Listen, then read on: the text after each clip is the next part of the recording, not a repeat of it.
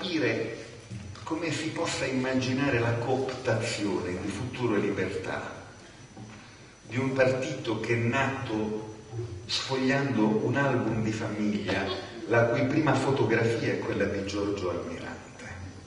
Come si fa a cooptarlo in una specie di CLN che ci deve liberare? Così come voglio sapere se, quando c'è stata la proposta del governo di unità o di responsabilità nazionale, come si possa immaginare che il problema è Berlusconi e Tremonti invece è la soluzione del problema? Come si fa?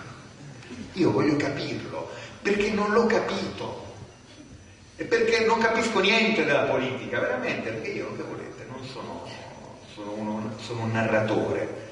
Quelli sono straordinari strateghi della tattica e quindi tendono ad avvitarsi nelle loro sublimi ragnatele e diventano dei grandi professionisti della sconfitta, purtroppo per noi. Allora noi, compagni e compagni di Sinistra, Ecologia e Libertà, ecco, lo voglio dire, abbiamo una serie di compiti. Primo compito: noi non siamo nati per la nostra autosufficienza, perché il nostro obiettivo è un bel partitino di sinistra. Siamo nati perché dobbiamo ricostruire la sinistra del futuro.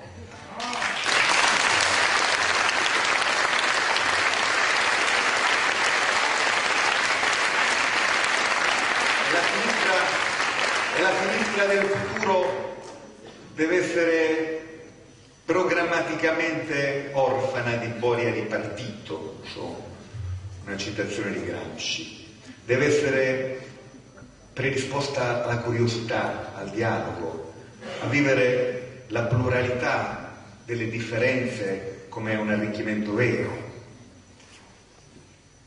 Noi, anche nei giorni in cui quel che resta dell'attuale centro-sinistra si presenta in forme irritanti, oppure si presenta in forme contundenti, non so se voi non avete, molti di voi, la fortuna come me di intrattenermi con le agenzie di stampa che battono, e ogni giorno ci sono florileggi di contumeglie nei miei confronti da parte di illustri esponenti del centro-sinistra.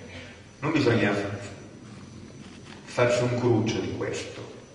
Non bisogna rispondere, non bisogna fare veleno, bisogna concentrarsi sull'obiettivo. L'obiettivo è il centro-sinistra. L'obiettivo è il centro-sinistra.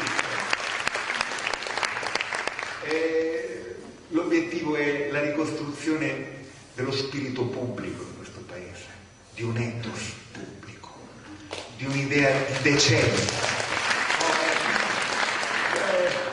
Il nostro compito è restituire alla politica non solo il respiro delle grandi narrazioni, ma anche un compito pedagogico.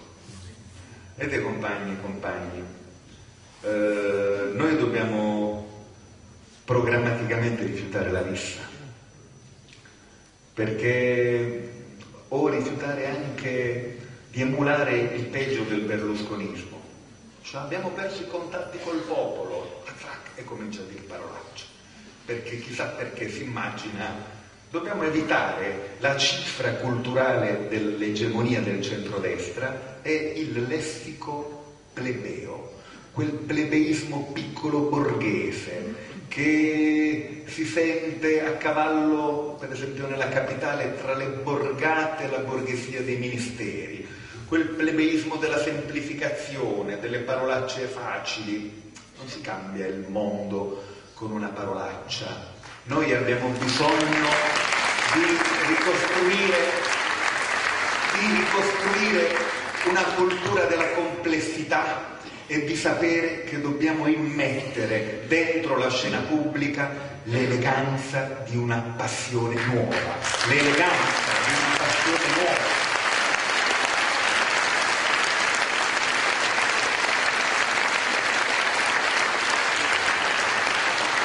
Depongano tutte le armi che hanno fortificato e robustito le nostre biografie ideologiche, seppelliamole, quelle armi con cui ci siamo combattuti nelle infinite diaspore della sinistra. Io penso che oggi possiamo veramente considerare chiusa una stagione che è meritevole di approfondimento e di studio, ma se io dovessi oggi litigare, come ho fatto per alcuni anni della mia vita, su come era andato il comitato centrale del Partito Comunista Bolscevico del 1918 e come interpretare quella frase di Bukharin e che ruolo avresti affidato a Trotsky, cioè un po' di relax da questo punto di vista, anche perché la storia è un terreno seducente, fondativo della nostra autonomia intellettuale.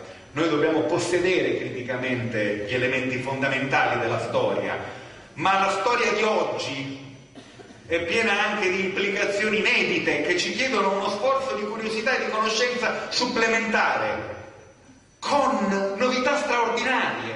Ecco, io l'ho detto, ho avuto un godimento fisico quando ho cominciato a leggere quello che mi raccontava Wikileaks.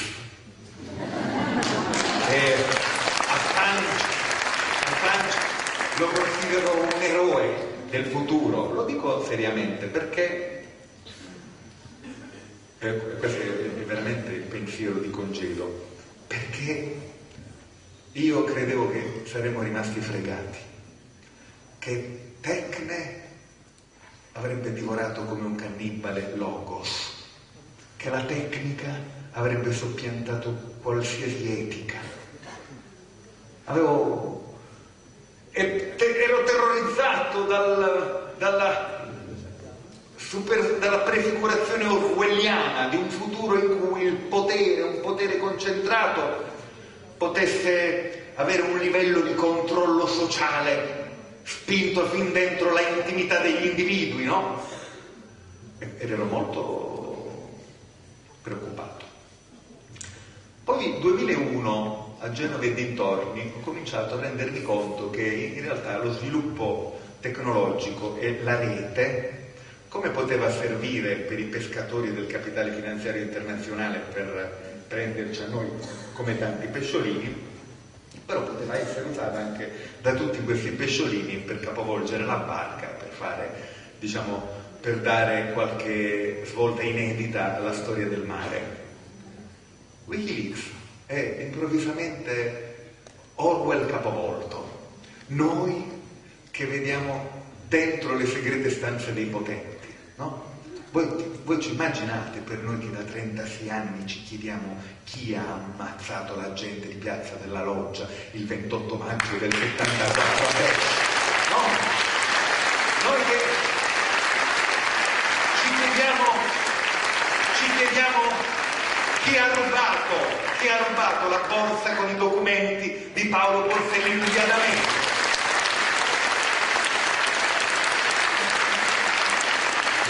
Noi che viviamo in un paese che di fronte alla domanda di giustizia e di verità sulle stragi oppone ancora oggi il segreto di Stato, noi non possiamo, io almeno, che rallegrarci all'idea che il potere sia stretto in un angolo, sia costretto a una trasparenza imprevista, inaudita.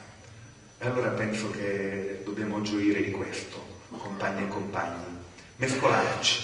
Ci sono molti popoli e molti popoli nomadi nel percorso del cambiamento. Il popolo del cambiamento non è uno, sono molti popoli.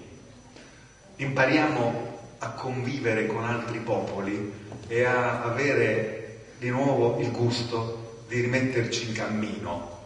Il passo può essere pure lento, riformista dicono i riformisti, ma l'orizzonte non può che essere necessariamente radicale, perché le cose di cui abbiamo parlato non sono solo una semplice crisi finanziaria, né una gigantesca crisi economica, né soltanto una epocale crisi ambientale, ma le cose di cui abbiamo parlato sono una crisi del senso della vita, sono una crisi antropologica che segna la storia del mondo in questa fase precisa in cui noi ci facciamo queste domande e cerchiamo in questo buio un po' di luce.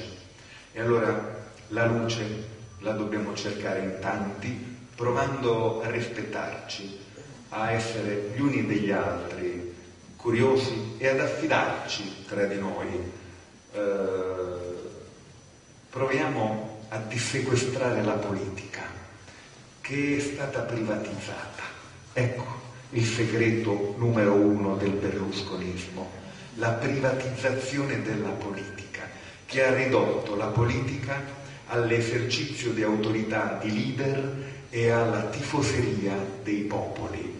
Dobbiamo qui sapere che se dall'altro lato della barricata facciamo le stesse cose di Berlusconi, non abbiamo cambiato nulla, e che per noi invece la democrazia partecipata, di cui ho sentito parlare stasera, non è una questione metodologica, ma è la sostanza del tentativo qui e ora di ricostruire forme di comunità in cui la politica sia annuncio di libertà e di felicità possibile per gli uomini e le donne.